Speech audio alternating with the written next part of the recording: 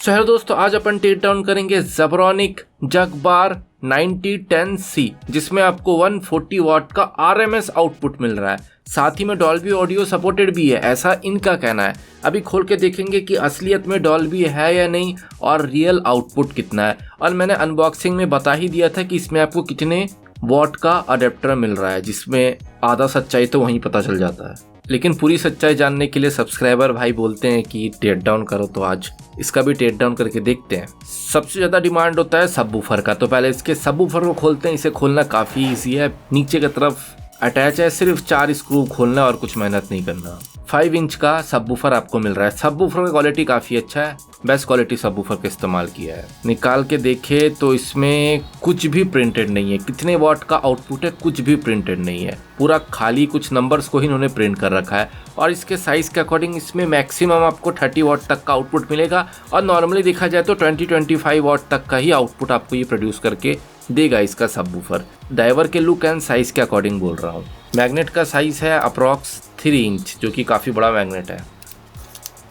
तो अभी इसके साउंड बार को भी खोल लेते हैं और देखते हैं अंदर का डाइवर कितने वॉट का है और अंदर का सच्चाई क्या है। पीछे आपको काफ़ी सारे स्क्रू मिल रहा है, मैंने सारे ही स्क्रू को एक एक करके खोल लिया। उसके बाद हल्के हाथों से ऊपर की तरफ पुश करोगे और बास भाई निकल गया। ये अपना स्पीकर साउंड बार 2 पार्ट में हो गया डिवाइड, हो गया, खुल गया परफेक्टली। तो इसके अंदर आपको टोटल 2 बोर्ड मिल रहा है दोस्तों, और ये दोनों ही एम्पलीफायर बोर्ड है। अब एक एक करके जानेंगे दोनों ही बोर्ड का क्या काम है। और ऊपर की तरफ आपको डबल डाइवर मिल रहा है, क्योंकि एक स्टीरियो साउंड बार है तो डबल डाइवर तो मिलना ही चाहिए। और डाइवर का क्वालिटी काफी अच्छा है, रेक्टेंगुलर डाइवर आपको यहाँ पर देखने को मिल रहा है, जिसका क्वालिटी बेस्ट है। प्राइस भी तो देखो आप, 6000 के आसपास इसका प्राइस है। प्राइस के अकॉर्डिंग 140 वॉट बहुत कम है, तो डाइवर तो बढ़िया होना ही चाहिए। और साइज देखे तो 3x2 इंच इस डाइवर का साइज है। और यहीं पर ही आपको एक डिस्प्ले देखने को मिल रहा है और सिग्नल रिसीवर फिट कर रखा है। अभी डाइवर को निकाल के देखते हैं कि नीचे क्या वॉट मेंशन कर रखा है। तो डाइवर के पीछे भी इन्होंने कुछ भी मेंशन नहीं कर रखा, सिर्फ कुछ नंबर्स को ही इन्होंने प्रिंट कर रखा है। और स्पीकर्स के साइज के अकॉर्डिंग इसमें भी आपको अप्रॉक्स सिंगल स्पीकर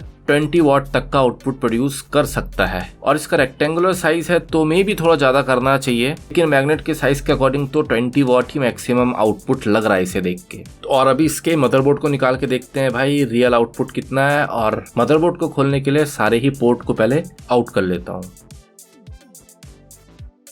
सो दोस्तों, ये एक बोर्ड मेरा निकल चुका है, बढ़िया लग रहा है देखने में। इसी में इन्होंने सारे ही पोर्ट को फिट कर रखा है। अभी इस बोर्ड का डिटेलिंग देख लेते हैं। इस बोर्ड में आपको टोटल 4 आईसी मिल रहा है। इस बोर्ड का क्या काम है चेकआउट कर लेते हैं। सबसे पहले आता है GL-IC, जो कि ब्लूटूथ को और पोर्ट को ऑपरेट करने का काम करता है। और दूसरा है अपना ऑप्टेक IC, जो कि बड़ा से इन्होंने बीच में फिट कर रखा है। ये मेन कंट्रोलर है और इसके सारे ही पोर्ट को बढ़िया तरीके से मैनेज करने का काम करता है। बोले तो ये मैनेजर है। GL-IC से भी हो जाता है, लेकिन ये थोड़ा नेक्स्ट लेवल का IC इन्होंने फिट कर रखा है। और ऑडियो फ्रीक्वेंसी को भी थोड़ा इनहेंस कर देता है। इसी IC को लगा के ये लोग बोलते हैं डॉल्बी। हर एक ब्रांड जो भी बजट रेंज के साउंड बार बनाते हैं, लेकिन रियल डॉल्बी नहीं होता, बस एक चिप लगा के बोल देते हैं डॉल्बी एटम। और अगला है DI-03232, ये वोल्टेज रेगुलेटर का काम करता है, पावर मैनेजमेंट का काम करता है। और एक और छोटा सा IC इन्होंने प्रोवाइड कर रखा है, जिसके ऊपर लिखा है HK24C08। ये एक मेमोरी IC है जो कि सारी ही सेटिंग्स को सेव रखता है, वॉल्यूम,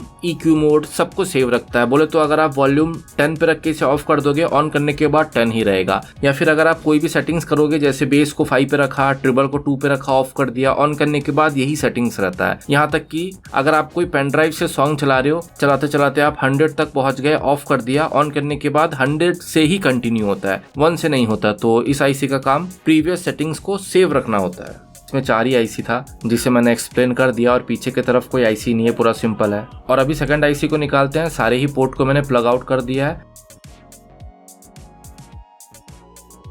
और ये बाहर नहीं निकलेगा जब तक मैं इस पाइप को नहीं निकालता हूँ। तो पहले सारे स्क्रू को खोल लेता हूँ मैं, और ये मैंने पाइप भी निकाल लिया है। अभी बहुत ज़्यादा क्लीन नहीं लग रहा देख के, लेकिन दोबारा लगाऊंगा तो अच्छा लगेगा, जैसा है वैसा ही हो जाएगा। सो बस दोस्तों, निकल आया अपना मेन एम्पलीफायर IC बोर्ड, जिसमें आपको सिर्फ 2 ही IC मिल रहा है। एक है सबवूफर के लिए, दूसरा है साउंड बार के लिए। दोनों के लिए सेपरेट IC का इस्तेमाल कर रखा है, जिसके हेल्प से आप साउंड बार को सबवूफर के बिना भी प्ले कर सकते हो।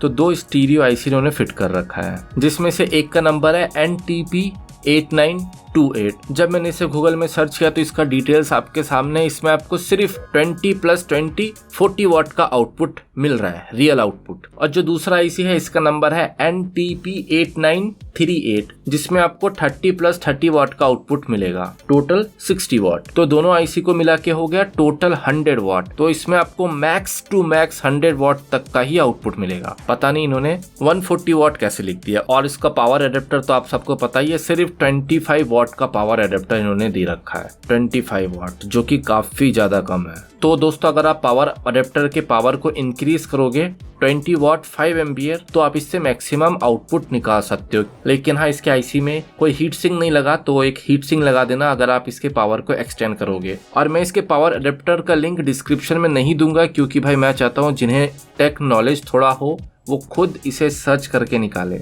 ना कि मेरे दिए हुए लिंक से खरीदे। और अगर आप अपग्रेड करने का प्लानिंग करो तो भाई अगर आपको प्रॉपर नॉलेज हो तो ही अपग्रेड करना, बाकी भाई मेरा बात सुन के अपग्रेड नहीं करना। मैंने जो बोला ये सिर्फ इंफॉर्मेशन पर्पस का वीडियो है, मैं अपग्रेडेशन को प्रमोट नहीं कर रहा हूँ, ना मैं किसी को बोल रहा हूँ कि आप अपग्रेड करो। अगर आपके पास प्रॉपर नॉलेज है तो अपने रिस्क पर आप इसे अपग्रेड करना। सो बस इतना ही। वीडियो पसंद आया तो लाइक करना ना भूलें and don't forget to subscribe. तो चलिए मिलता हूँ डिफरेंट वीडियो में डिफरेंट प्रोडक्ट के साथ।